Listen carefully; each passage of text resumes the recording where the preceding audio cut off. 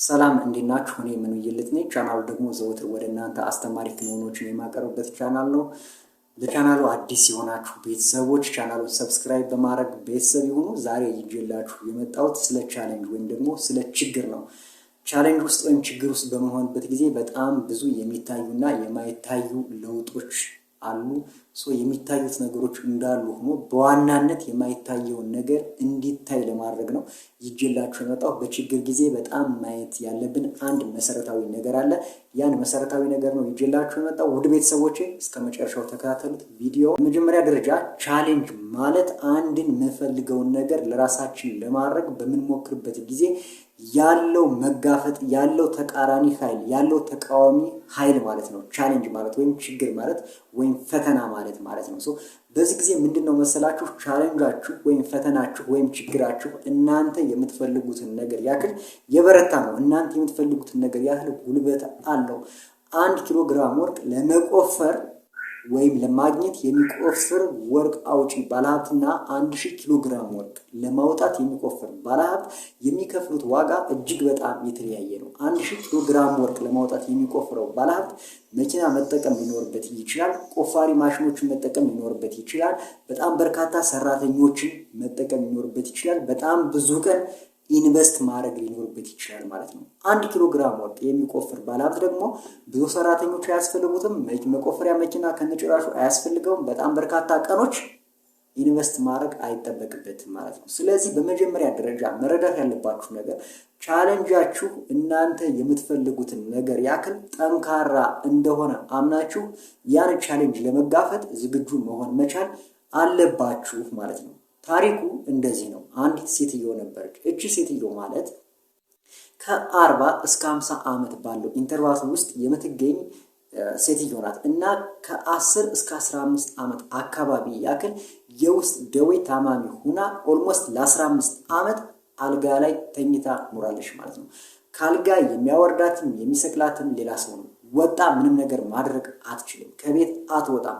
አልጋ ላይ ለ15 ዓመት ያክል ኖራለች። 15 ዓመት ሙሉ ፈጣሪን ያድነኛል የሚል ተስፋ ነበራት። ነገር ግን 15 ዓመት ሙሉ ደግሞ ፈጣሪ ወደሷ አልመጣም። ስለዚህ በ15 ዓመት ውስጥ የሰማችው ያየችው ነገር መኖር ስላስመረራት ለፈጣሪ እንደዚህ ብላ ትጸልያለች። ፈጣሪ ሆይ 15 ዓመት ሙሉ ታድነኛለህ ብዬ ጠበቁህ፣ አሁን ግን ቀረህ አልመጣህም። ስለዚህ እኔ ይህ 15 የመከራ ዓመት ሰልችቶኛልና መጣህ ነፍሴን ከኔ ለያት፣ ግደለኝ፣ ውሰደኝ ብላ ለፈጣሪዋ ትጸልያለች ማለት ነው። ፈጣሪዋም እንግዲህ ይህን ጸሎቷን ይሰማና ወደሷ ይመጣል። አንስቶም የሆነ ቦታ ይወስዳታል። መዳን ትፈልጊያለሽ ብሎ ይጠይቃታል። እሷም አዎ ትለዋለች። እንግዲያውስ መዳን ከፈለግሽ ይህን ተራራ ገፍተሽ በ28 ቀን ውስጥ እዚህ ቦታ ላይ አድርሹ ብሎ የሆነ ቦታ በርቀት ይጠቁማታል ማለት ነው። እዚህም ያቺ ሴትዮ ካላት ከፍተኛ የሆነ የመዳን ፍላጎት አንጻር ከመሞቷ መኖሯ ይሻላል ብላ ፋይናሊ ስለወሰነች ለ28 ቀን የእግዚአብሔር ትእዛዝ ሆነባትና ቀንም ማታም ያን ተራራ መግፋት ትጀምራለች ማለት ነው። በ28ኛው ቀን መድኃኒዓለም ቃሉን ያከብርና ይገለጽላታል ወይም ደግሞ ወደሷ ይመጣል ማለት ነው። ከዛ መጥቶም ይህን ጥያቄ ይጠይቃታል። እሺ ምን የተለወጠ ነገር አለ ይላታል። ከዛ ሴትዮዋ ምንም የተለወጠ ነገር የለም መድኃኒዓለም ሆይ ሁሉም ነገር እንደነበረ ነው። በዚህ 28 ቀን ውስጥ ቀንም ማታም ገፍቼዋለሁ። ነገር ግን ያሰብክልኝ ቦታ ማድረስ አይደለም ይቅርና 1 ሴንቲሜትር እንኳን ተራራውን አላንቀሳቀስኩትም ትለዋለች። ከዛ እሱም አንቺስ እንደነበርሽ ነሽ ወይ ብሎ ይጠይቃታል። በዛ ቅጽበት ነው ራሷን ማየት የጀመረችው። ራሷን አየች፣ እግሯን አየች፣ እጇን አየች፣ አካባቢዋን አየች።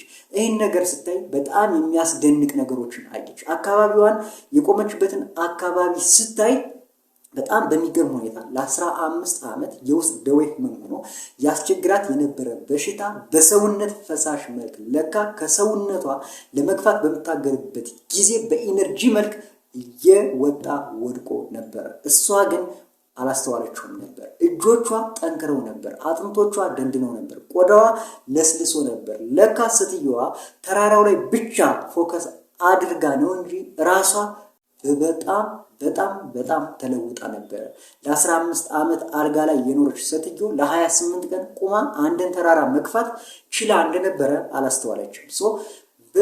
በችግር ጊዜ በቻሌንጅ ጊዜ እንድታስተውሉት የምፈልገው ነገር ምን መሰላችሁ? ችግሩ ላይ ብቻ ሳይሆን ራሳችሁንም ማየት መቻል አለባችሁ። በችግሮች ውስጥ የምትለወጡ፣ የምትቀየሩ፣ የምትበስሉ እናንተ ናችሁ። ሌላ ከፍተኛ ችግር ኦቨርካም ማድረግ የሚያስችል ብቃት እየፈጠራችሁ ነው የምትሄዱ። በችግር ጊዜ ችግሩ ላይ ብቻ ሳይሆን ራሳችሁ ላይ ማየት መቻል አለባችሁ ማለት ነው። ሁለተኛውና ዋናው መሰረታዊ ነገር በችግር ጊዜ ራሳችንን ማየት ያለብን ዋናው መሰረታዊ ነገር ችግሩን በፈጠረው አስተሳሰብ ችግሩን መፍታት አይቻልም። ስለዚህ ችግሩን በፈጠረው አስተሳሰብ ችግሩን መፍታት ስለማትችሉ አስተሳሰባችሁን ወይም የፈጠረው ምክንያት ማጥናት መቻል አለባችሁ። አስተሳሰባችሁ ከሆነ ችግሩን የፈጠረው እዛው ችግር ውስጥ እንዳትኖሩ አስተሳሰባችሁን አፕግሬድ ማድረግ ማሻሻል ማይንዳችሁ ላይ መስራት መቻል አለባችሁ ማለት ነው። የገንዘብ አጠቃቀማችሁ ከሆነ ችግሩን የፈጠረው ገንዘብ አጠቃቀማችሁ ላይ እንደገና ማሰብ፣ እንደገና መረዳት፣ እንደገና መማር መቻል አለባችሁ ማለት ነው። ስለዚህ በችግር ጊዜ ራሳችሁን ተመልከቱ። ችግሩ ላይ ብቻ ፎከስ አድርጉ። በችግር ጊዜ ከችግሩ ለመውጣት አንደኛ ችግሩን ከፈጠረው ሀሳብ መውጣት መቻል አለባችሁ። ችግሩ በሀሳብ ብቻ ሳይሆን እንዲሁ እናንተ በምትፈልጉት ነገር ውስጥ የመጣ ከሆነ ወይም ደግሞ ለምሳሌ አንድ ሕክምና መማር የሚፈልግ ሰው 7 ዓመት ቻሌንጅ ማሳለፍ አለበት አይደለ? ልክ እንደዚህ አይነት ችግር ከሆነ ደግሞ የግድ ኦቨርካም ማድረግ እንዳለባችሁ ማመን ያስፈልጋል። ከዛ ውጭ ደግሞ በእያንዳንዱ ዓመት ውስጥ ዶክተሮች እንደምትሆኑ ወይም ደግሞ በእያንዳንዱ ዓመት ውስጥ የምትከፍሉት ዋጋ ተደምሮ እንደሆነ ከ7 ዓመት በኋላ ሐኪም የሆነ ማንነት እንደሚፈጥርላችሁ ማመን መቻል አለባችሁ ማለት ነው። እያንዳንዷ ሰዓት፣ እያንዳንዷ ቀን፣ እያንዳንዷ ሳምንት፣ እያንዳንዷ ወር፣ እያንዳንዷ ዓመት ተደምራ ነው የሆነን ማንነት፣ የሆነን ሀብት፣ የሆነን ንብረት እኛ ጋር ክሬት የምታደርገው ማለት ነው። ስለዚህ ችግሩ ላይ ብቻ ሳይሆን እናንተ ከባለፈው ሳምንት አሁን ከባለፈው ዓመት ዘንድሮ ምን ያህል እየተለወጣችሁ እንደሆነ ምን ያህል የህይወት ፈተናዎች እየቀረገሯችሁ እንደሆነ ማሳሰብ ነው የዚህ ቪዲዮ ዋና ዓላማ ማለት ነው። ቪዲዮውን እስከዚህ ድረስ ስለተከታተላችሁት እጅግ በጣም አድርጌ አመሰግናለሁ። ይመቻችሁ። ቀጣይ ሳምንት በሌላ ቪዲዮ እንገናኛለን።